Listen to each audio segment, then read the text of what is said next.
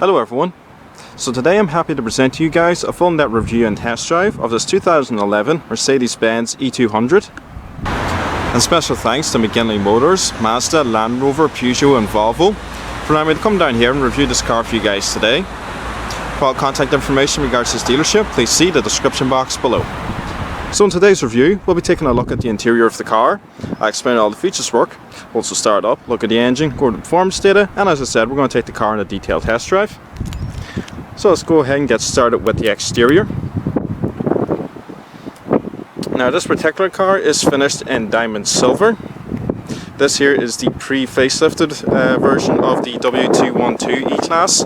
I've actually done a review of the facelifted 2013 model, and I'll have a link to that review in the description box below. But this car comes with automatic headlamps and LED running daylights down at the bottom of the front bumper, as you can see there.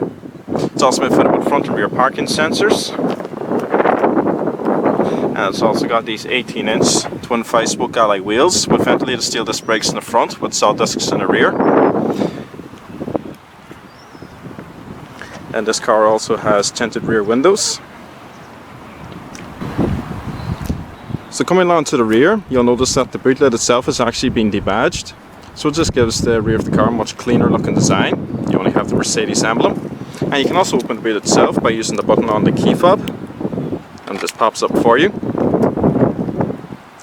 So as far as luggage capacity goes, it measures in at 540 litres of room. It's pretty good in size. And also off to the left here, there's a little net, and it's just a separate storage area. As you can see, I've got some of my filming equipment in there, so I can leave that stuff in there, and it frees up space in the main boot itself. And there's also a bit more storage off to the right.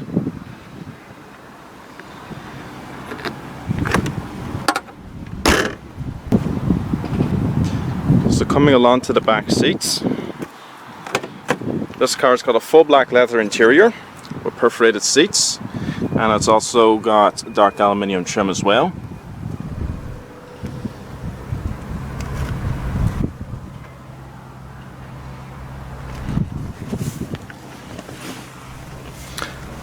So sitting back here, there's an excellent amount of legroom, as you can see clearly, and the headroom is very good as well. And it's also got a centre mounted armrest, a little bit of storage there, and two integrated cup holders. Very nicely designed storage space, and everything just hides away very neatly afterwards. And you also got rear ventilation and a power outlet, as well as a little bit of storage.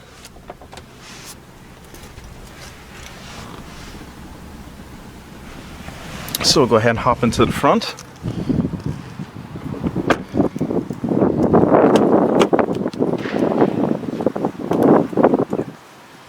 So you got your central locking controls located there, as well as your standard 4 electric window controls, all fully automatic. Boot release located down there. And you have a full electric driver's seat.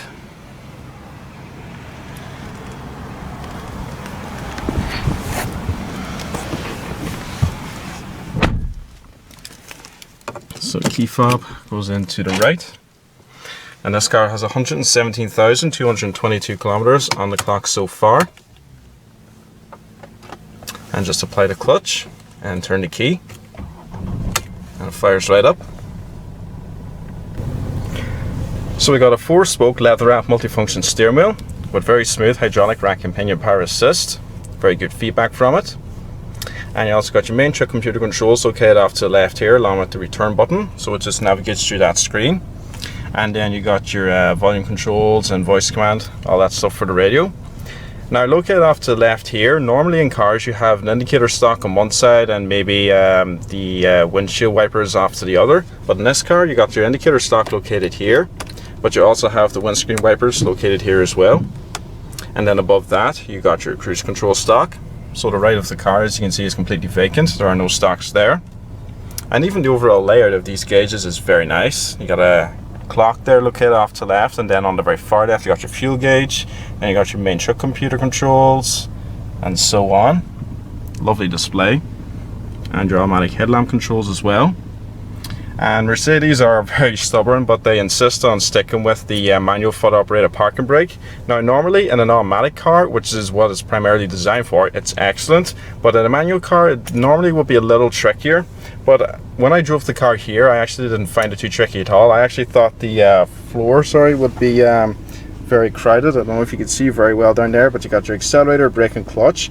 But when you release the parking brake using the handle off to the right, when the pedal, as you can see there on the left, moves up, there's actually quite a bit of room for your foot, so you don't actually find it catching so much in the pedal as you might imagine. And as you can see, it's very easy to switch between the clutch and the footrest, no problem. So moving into the center console, it's got a decent enough size screen, maybe a little on the small side, and the sound quality is excellent.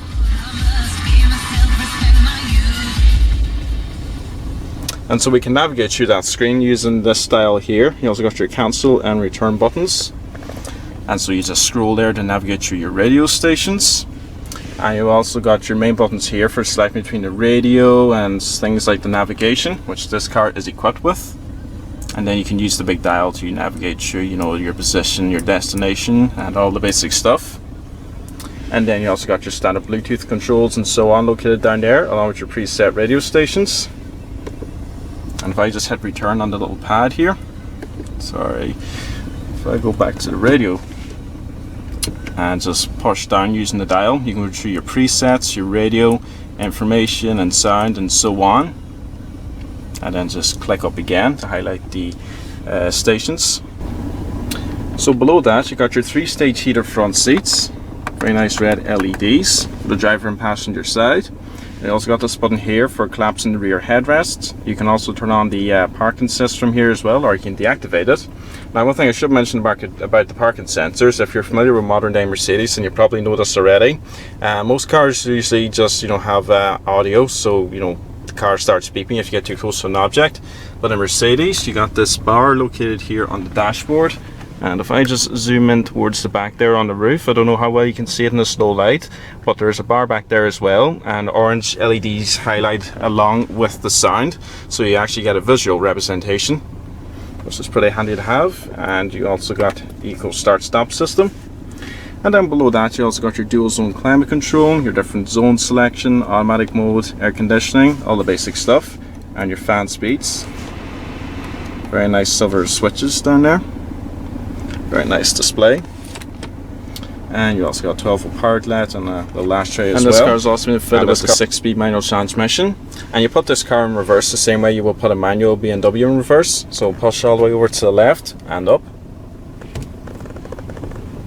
And then the center console, as I was showing you earlier, you got your main dial. And you also got your 2 integrated cup holders. Very nice leather armrest as well, which actually splits in half. And you got a good deep storage area, as well as this cable here, should you wish to plug in your memory stick or any USB device that would have your music on it.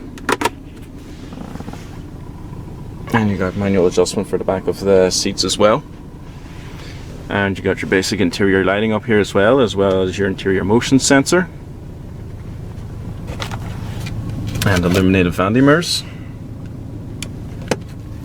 So the interior of this car is lovely, very nice design. I really like the way they've done everything. I really like the dials as well, very nice chrome trim going around them. I also like the way they put in an analog clock too. Simple and elegant, I think is the best way to sum up the interior of this car. And on the passenger side you got this additional storage net. And it's got a pretty decent sized glove box as well. If I actually just take out these books, I think most of the time you'll be inclined to leave these in the boot just to free up space in the glove box. It's nicely padded as well, black suede.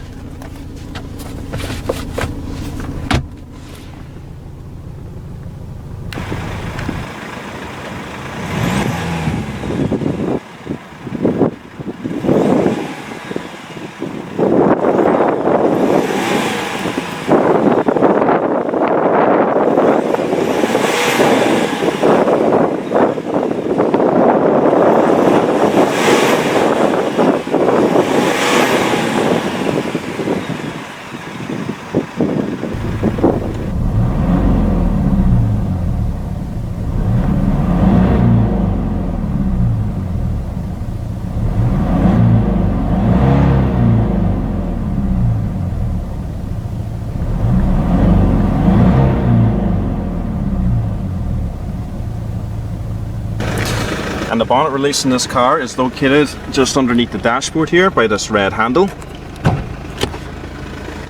The engine is a 2.1 litre CDI blue efficiency turbo diesel. It produces 134 brake horsepower with a top speed of 130 miles per hour. It also puts out 266 foot-pounds of torque, and it's estimated this car can do about 55 miles to the gallon. Start this test drive out on the dual carriageway and see what the power is like. So pulling from second gear.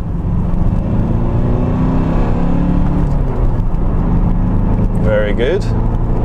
Good strong healthy pull from the 2.1 diesel.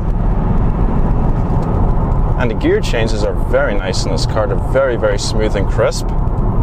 So to drive, well, it's a Mercedes, so it is how you would expect. It's very, very nice to drive. It's smooth, it's quiet, it's relaxing, it's comfortable. The 2.1 diesel engine up front, you know, it really doesn't make a whole lot of noise. I mean, I'm sitting out here now at 60 miles an hour, which is the speed limit, of course, and it's effortless. I mean, it's just as you would expect from the likes of a Mercedes. But then when you need that little bit of extra power, you just put your foot down and it takes off. Now there's two diesel engines available for the W212 E-Class. There's a 2.1 which we have here and a 3 litre V6, and you can choose to have different power outputs from them, and there's also a variety of petrol engines available as well. So as I said earlier, I already done a review of the facelifted version of this car. Now it wasn't a test drive, it was just a kind of standard review of the car sitting still, but I have to say this is lovely. I mean, this is my first time driving a Mercedes and I'm really enjoying it at the moment. One observation I'll make is I was kind of expecting the foot operated parking brake to be difficult with the manual gearbox, but the truth be told, you know, the actual pedal itself, is not really in my way at all. I don't find that my foot is always hitting off it. You know, you really wouldn't know it's there half the time. So at the moment I'm really liking the overall driving experience of this car. Okay, so let's see about this power once more. So straighten up, foot down. Yep, it's got some good pull from it. Very, very good indeed. So other things about the E-Class, as I was saying earlier, I really like the interior of this car. It's a simple yet elegant design, as you'd expect from a Mercedes. And I actually have the sat-nav screen on here. Now the screen size was a little on the small side, but to be honest, when I'm glancing at the map there, you know, it's not too bad. You know, I can see where I'm going and, you know, where I've been. It's a pretty good display.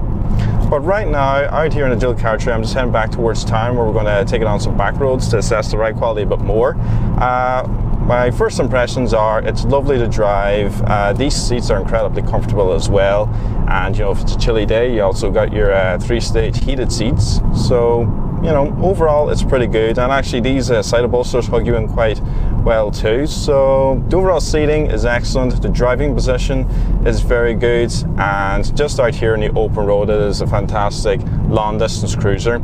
Ideally though, I think majority of people who go for a Mercedes will go for the automatic transmission, which is understandable because with the foot operated parking brake it's better suited, but also because the automatic transmission in Mercedes is excellent. It's very, very smooth and crisp. My dad had an old C-Class for many years and his was an automatic, and we always found that the gearbox in it was fantastic. Now in saying that, the manual in this car is pretty good as well. If you want the manual, by all means go for it, but I think the majority of people do tend to go for an automatic just because it makes the overall driving experience more kind of relaxing, I guess, not having to change gears, especially if you're out cruising on the dual carriageway like this. Okay, so out on the back roads, so let's assess this ride quality a bit more in detail. So at the moment we're going over a few bumpy patches, and I'm happy to report, and I'm not surprised to report either, that the suspension in this car is excellent. It's got multi-link setup in the rear, McPherson strut in the front, and it's absorbing these bumps very, very well, and the handling is quite smooth and crisp as well, going around some of these tight left-handers here. Very, very nice. This is an even tighter one. Yeah, that's not too bad, as you would expect in a Mercedes. Excellent handling, and that's superb suspension. You can barely feel half of these bumps and going over, and trust me, this is a bumpy side road. I've driven a lot of different types of cars out here, between, you know, that RDA 6 all-road I had out here. I've driven sports cars, so this can be a rough patch of road, but out here in this E-Class, it's easy. I reckon you drive this thing through a bunch of different back roads, no matter how bumpy they are, and the ride quality will be superb the whole time. Okay, so heading back towards McGinley Motors now. So thoughts on the E-Class? Well, I'm pretty sure it's obvious what I think of it. I think it's a very good looking car from the outside. As a matter of fact, I think I actually prefer this pre-facelift, sorry, to the facelift, the one that I reviewed before. I don't know, it's just something about the way the front headlights are designed. I kind of like the fact that they are, you know, split as opposed to being joined like on the facelift model. Especially if you were to put the AMG styling kit in this car, I think it would look even better. And then there's the interior, as I said, lovely design. Everything's very simple and easy to use. You know, the multimedia interface is very easy to use. And then there's the 2.1 diesel engine up front, 134 horsepower. Now granted, this is probably the weakest version of the diesels that you can get in this car. I believe you can get the 2.1 with a lot more horsepower than 134. But to be honest, even this feels like enough. I mean, you don't really need that much more horsepower. Although in saying that, if I was buying a brand new Mercedes, I probably would go for the 3-litre V6 diesel, just because, you know, get that extra bit of power, but you're still going to get pretty good fuel economy out of it as well. So overall, I really like this E200. You know, they're a very popular car, of course. This one is actually for sale right now for about €22,500. And you know, if you were actually wary about getting a Mercedes with a manual gearbox, I really wouldn't worry too much about it. Because I know the foot operated parking brake combined with a manual gearbox would worry some people, and it worried me. I was expecting this extra fourth pedal here to be a bit of a pain during this test drive, but you know, it's actually not. It's easy to live with and it's easy to drive. So that's my summary of the E200. I like the car very much, and anybody considering one should absolutely take one on a test drive at the very least. And the acceleration is pretty good in this thing. So guys, I'm going to head back to the dealership now, and I'll see you guys soon. Thank you very much for watching, and of course, as always, please remember to rate, comment and subscribe. I also have the advert for this car listed below. That's a new thing I've started to do, listing adverts below, and all the contact information, of course, from McGinley Motors. So thanks very much for watching, and I'll see you again next time.